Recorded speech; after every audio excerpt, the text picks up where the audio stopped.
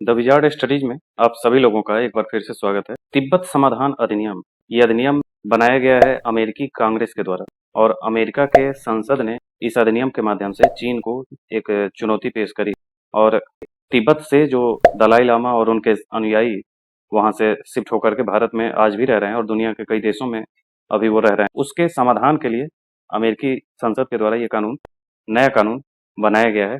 तो हम उसी को पूरे डिटेल से देखेंगे कि तिब्बत की समस्या क्या है और उसका समाधान क्या है, ये कब से ये समस्या शुरू है। इन सारी चीजों का अध्ययन करने के लिए एक वीडियो लेकर के आपके बीच उपस्थित हुए हैं। तो आइए देखते हैं।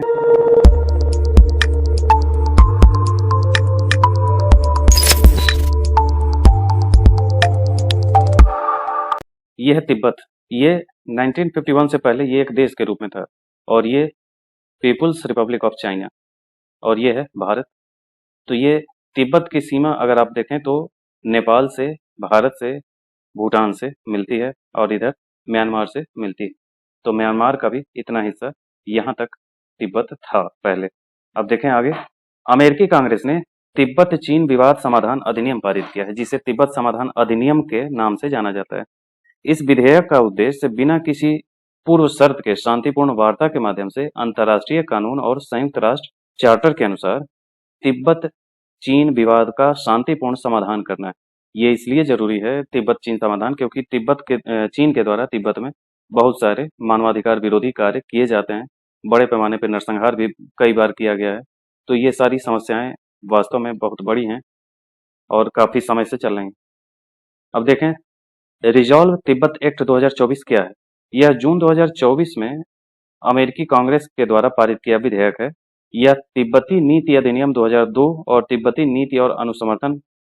नीति समर्थन अधिनियम 2020 के बाद तिब्बत के संबंध में अमेरिकी सरकार का तीसरा अधिनियम है। ये इससे पहले भी 2 अधिनियम, एक 2002 में और दूसरा 2020 में आ चुका है। ये तीसरा है, रिजॉल्व तिब्बत एक्ट 2024। इसका प्रमुख प्रावधान क्या है, तो इसका उद्देश्य तिब्बत पर अमेरिका की स्थिति को मजबूत करना तथा चीन पर दलाई लामा के साथ वार्ता पुनः शुरू करने के लिए दबाव डालना है। इस अधिनियम का उद्देश्य तिब्बत के लिए अमेरिकी समर्थन को बढ़ाना और अमेरिकी विदेश विभाग के अधिकारियों को चीनी सरकार द्वारा तिब्बत के बारे में फैलाई जा रही गलत सूचनाओं का सक्रिय रूप से मुकाबला करने के लिए सशक्त बनाना। यह अधिनियम चीनी सरकार और दलाई लामा और उनके प्रतिनिधियों या तिब्बती समुदाय के लोकतांत्रिक रूप से निर्वाचित नेताओं के बीच बिना किसी पूर्व शर्त के वार्ता को बढ़ावा देगा। इसमें तिब्बती लोगों के आत्मनिर्णय और मानवाधिकारों के अधिकार को रेखांकित किया गया है तथा अंतर्राष्ट्रीय मानवाधिकार अनुबंधों के हस्ताक्षरकर्ता के रूप में चीन के कर्तव्य को रेखांकित किया गया है। यह तिब्बती लोगों की विशिष्ट ऐतिहासिक, सांस्कृतिक, धार्मिक और भाषाई पहचान को मान्यता देता है और उस पर ध्यान केंद्रित करता है। इसका उद्देश्य तिब्बत में न्याय और शांति के लिए अंतर्राष्ट्रीय समुदाय को सशक्त बनाना भी है। तो ये इस अधिनियम के बारे में था। अब देख लें कि तिब्बत और चीन की समस्या पृष्ठभूमि क्या है, क्या चीजें रही हैं। ये सारी चीजें आप समझ लें अच्छे से।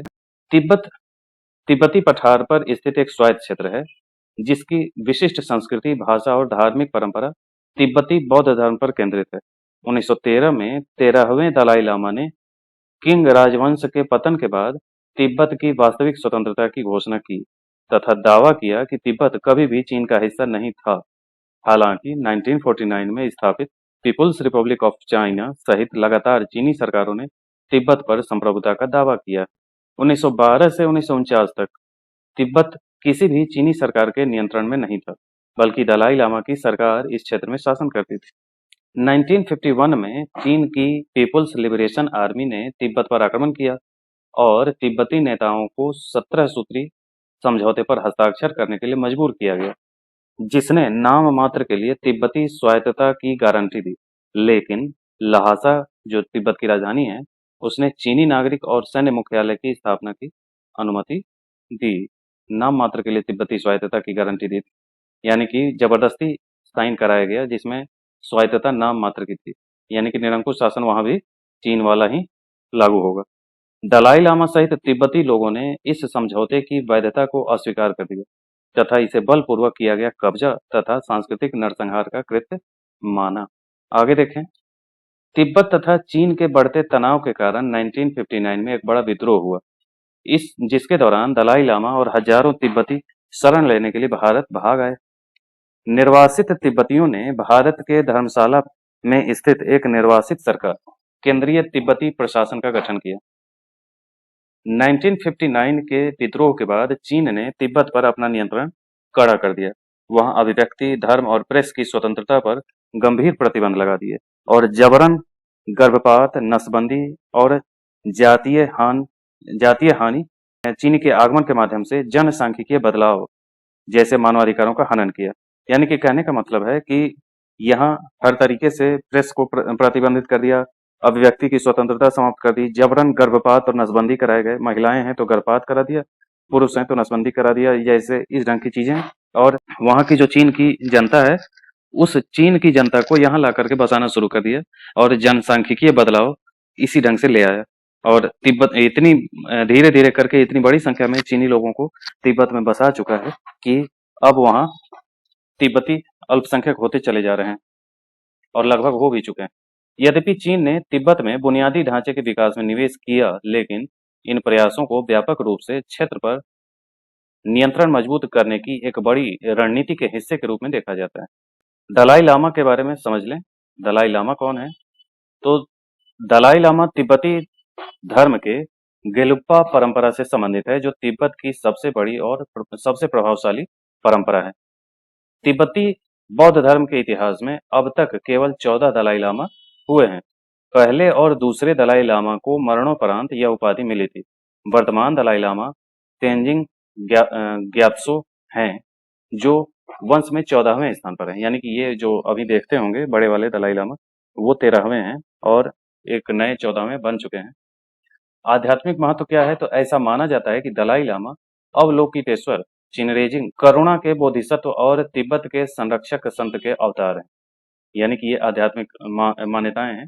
दलाई लामा एक तरीके से इसे भी समझ लें कि ये लामा बौद्ध धर्म की परंपरा है और बौद्ध धर्म का संप्रदाय है, लामावाद उसको कहते हैं।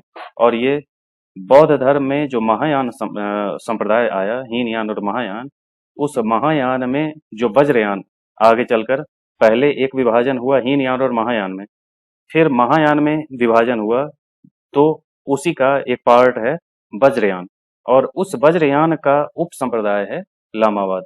उस लामावाद में जो तिब्बत में लामावाद है, तो तिब्बत में जो लामा होते हैं वो राजा की हैसियत से होते हैं और वही वहाँ के राजा भी होते हैं। तो धर्म के भी राजा हैं और क्षेत्र के भी राजा हैं, दोनों तरीके से टॉप लीडर यही हैं। और इनको अवलोकितेश्वर ये बुद्ध के भी रूप माने जाते हैं, तो बुद्ध के ही अवतार मानते हैं ये लोग, उनका ही अंश मान करके चलते हैं। बोधिसत्व का मतलब, बोधिसत्व वे प्रबुद्ध प्राणी हैं जो सभी संवेदनशील प्राणियों के लाभ के लिए बुद्धत्व प्राप्त करने की आकांक्षा रखते हैं तथा मानवता की सहायता के लिए पुनर्जन्म लेने की शपथ लेते हैं। दलाई लामा के चुनने की प्रक्रिया समझें तो दलाई लामा के चयन की प्रक्रिया में पिछले दलाई लामा के पुनर्जन्म की पहचान करना शामिल है, जो तिब्बती बौद्ध धर्म के आध्यात्मिक नेता के रूप में कार्य करते हैं। खोज आमतौर पर मौजूदा दलाई लामा के निधन के बाद शुरू होती है। गेलुप्पा परंपरा के उच्च लामा और तिब्बती सरकार अगले दलाई लामा को खोजने के लिए जिम्मेदार है। यदि कई उम्मीदवारों की पहचान की जाती है, तो असली उत्तराधिकारी का निर्धारण करने के लिए लॉटरी के माध्यम से एक सार्वजनिक समारोह आयोजित किया जाता है। चयनित बच्चे को आमतौर पर जो बहुत छोटा होता है, दलाई लामा के पुनर्जन्म के रूप में मान्यता दी जाती है और उसे कठोर आध्यात्मिक और शैक्षिक प्रशिक्षण दिया जाता है। खोज में कई वर्ष लग सकते हैं। उदाहरण के लिए जो वर्तमान 14वें दलाई लामा हैं, इनको खोजने में 4 वर्ष लगे। चीन तिब्बत मुद्दे पर वैश्विक रुख की बात करें तो चीन का दावा है कि तिब्बत 13वीं सदी से ही उसका हिस्सा है और उसकी नीतियों का लक्ष्य इस क्षेत्र का विकास करना है। उसका तर्क है कि तिब्बत एक स्वायत्त क्षेत्र है जिसके पास महत्वपूर्ण अधिकार हैं और वह दलाई लामा पर स्वतंत्रता की मांग करने का आरोप लगाता है। चीन ने दलाई लामा के भविष्य के चयन पर चिंता व्यक्त की है।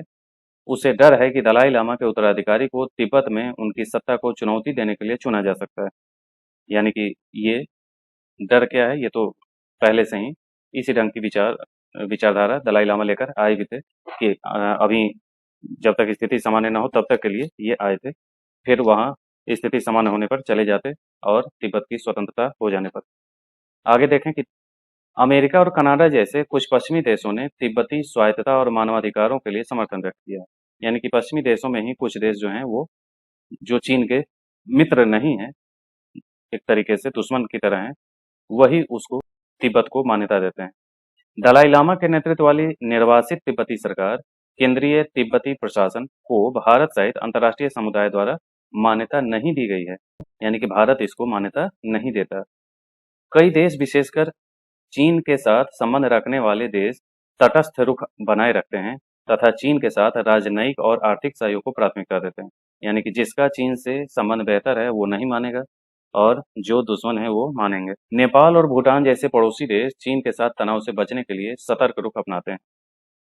संयुक्त राष्ट्र सहित अंतर्राष्ट्रीय संगठनों ने तिब्बत में मानवाधिकारों के हनन के बारे में चिंता व्यक्त की और धार्मिक स्वतंत्रता के प्रतिबंध और सांस्कृतिक दमन पर भी सवाल खड़े किए हैं।